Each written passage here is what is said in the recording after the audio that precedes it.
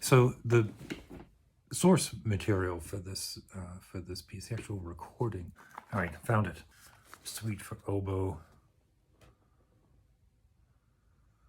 violin, and piano. Scrutinize the gestures of the piece, and then identify smaller sections that may be repetitive rhythmic units or repetitive melodic. Recordings of the original performance that I've grouped into reels. Each reel is a movement. I'm going to use in Morphogene. I'm going to get sort of improvised selections from there, which will feed into the data bend. I'll just record. I freaking love it. It's like the Kaiser aesthetic in a box. I just got it, and I don't really know what all the different bend, break, corrupt things do. I just know that if I hit buttons and move it around, I get this sort of beautiful loopy, glitchy mirage halo around sound. So this is kind of the studio that will produce the sounds, and then I'll imagine that I've got a big reel of tape like Delia Derbyshire or Stockhausen cutting and splicing. Just to make sure things were working, right, to make all the cables were plugged in, I took the second movement, plugged it into the Morphogene, and then ran it through the data bender, and then that's what we're hearing here. If I turn it back up again.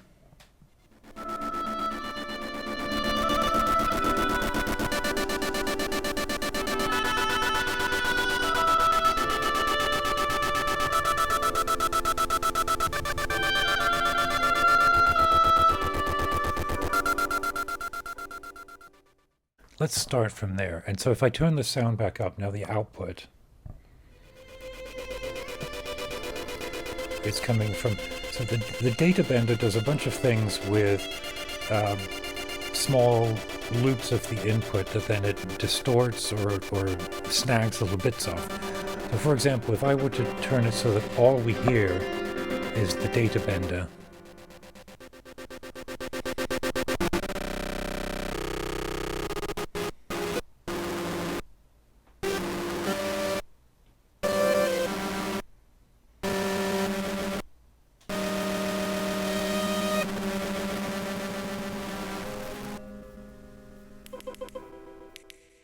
so this is the original sample, and one of the things I can do is change the size of the grain or the gene and the start point of it.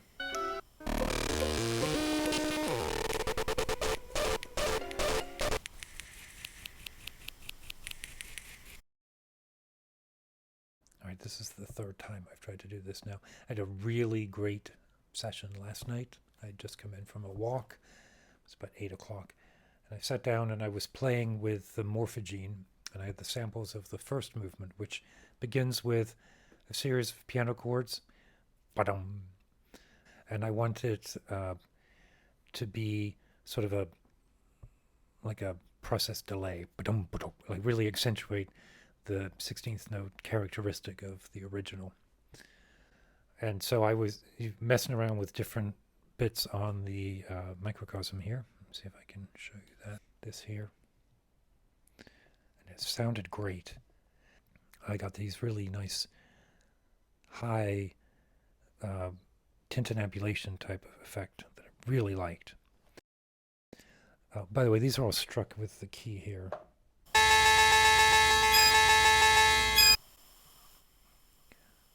But the keyboard isn't sending pitch, it's just sending gate.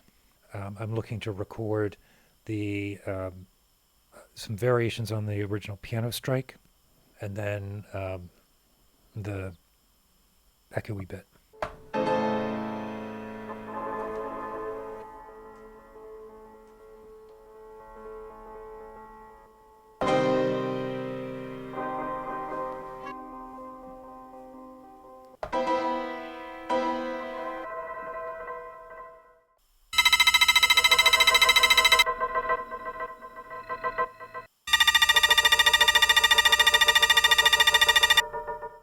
Crikey, those last ones were beautiful. What the fuck was I doing?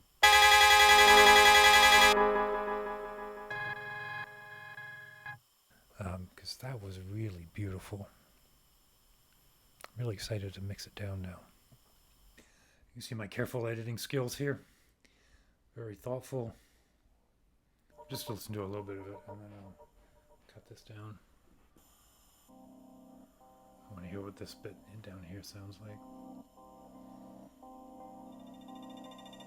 Oh, that's nice. That sounded nice.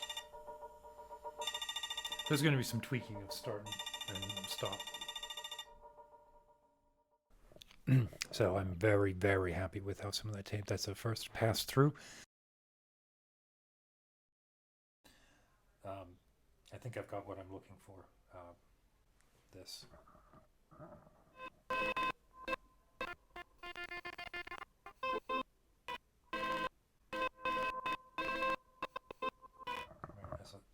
As a start, and I might mess around with some of these. It's these two buttons here that are making the difference. So I may play those as I'm doing it. But let me.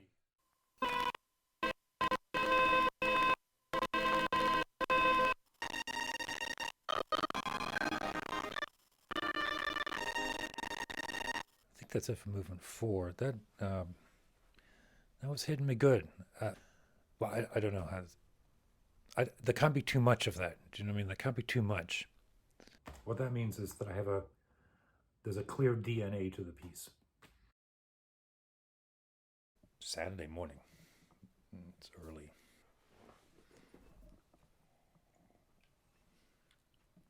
So I'm working on the 5th movement right now, and in the original, that has sort of a very dynamic, propulsive, rhythmic component. On the remix, I want to think about 2 parts. I want to take that rhythmic part and turn it into something more definitely percussive. So there's a bit of a abstract pulse to the whole thing. Then what I was just working on now is what I'm going to loosely call a melodic line. Here we go. So you can tell I'm making progress because the desk here, which is not well maintained in the best of times, is getting increasingly. The first thing I'm going to take out is the effect, and on the hologram I'm using one of their granule processes.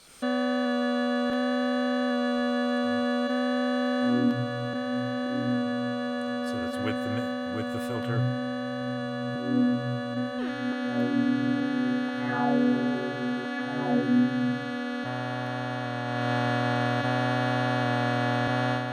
And without it.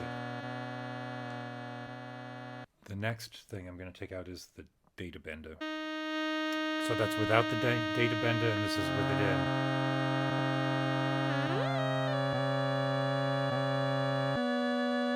So it's kind of adding a second voice that's just a touch delayed. So not really using the crushing part of the data bender, using more of the actually the tape loopy sound. If I take it all out, then we just get to the morphogene. So my splice is very, very short to start with. Like that's the splice.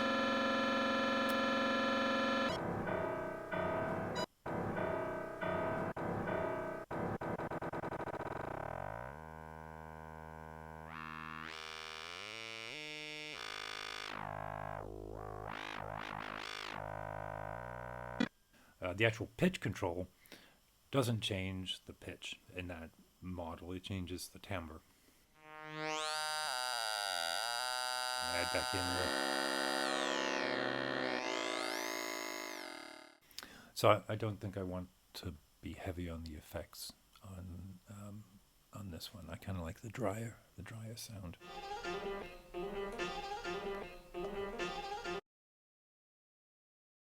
This box down here is filled with other things that were in the basement in the same cardboard boxes that had the cassette tape in. So I thought I would sit down here now, dig through it and see if there's anything interesting. So let me get set up to do that. Okay, all right. So these are all MRI scans of my head. But I've scanned some of these in and reverse engineered sound from them. Okay, let's see. This is from when I was 11 years old. That was my handwriting. Pirates of Penzance. Go figure. Aha! I was actually hoping to find this, and I thought I was going to have to dig through a ton of shit. Natasha Chances, who was my piano teacher at Bates. I wrote a couple of pieces to play at that memorial. Chances was her marriage name. She was Russian and had lived in France. And what are these pictures? Yeah, pictures of people who are not here anymore. Let me say that was a sufficient exercise.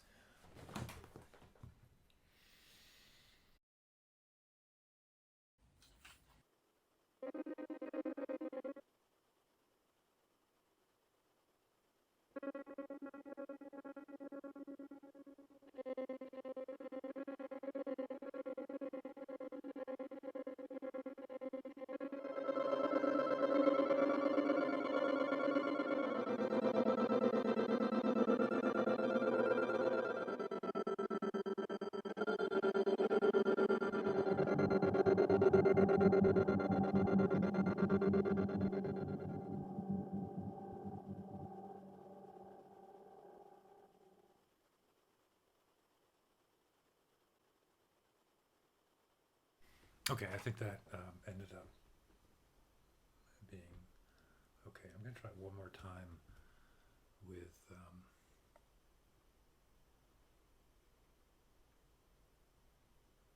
no, I think that's sufficient. It gets across the point, right? Motoric and repetitive.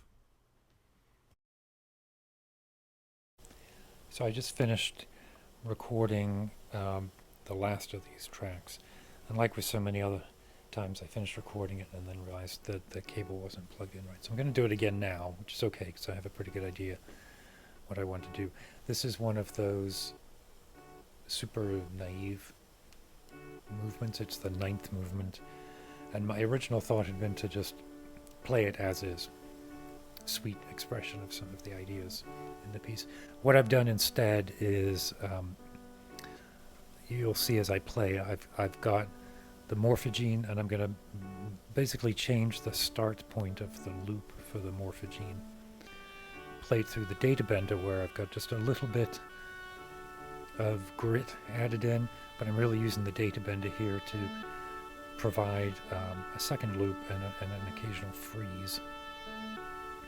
So I'm keeping a lot of the original sound. I'm not changing a lot of the texture of the sound, but I am looping it for me. I mean, I remember writing these. I was in an apartment over the summer. I had a 12-note Casio keyboard. I played one note at a time. My friends Mark on piano, Scott on violin, and Amy on oboe played it. And all I wanted to do then was write music like this. And somewhere along the way I got very disappointed and self-conscious and frustrated. I'm glad I found it, and I hope that these remixes are as beautiful to listen to as they have been to prepare.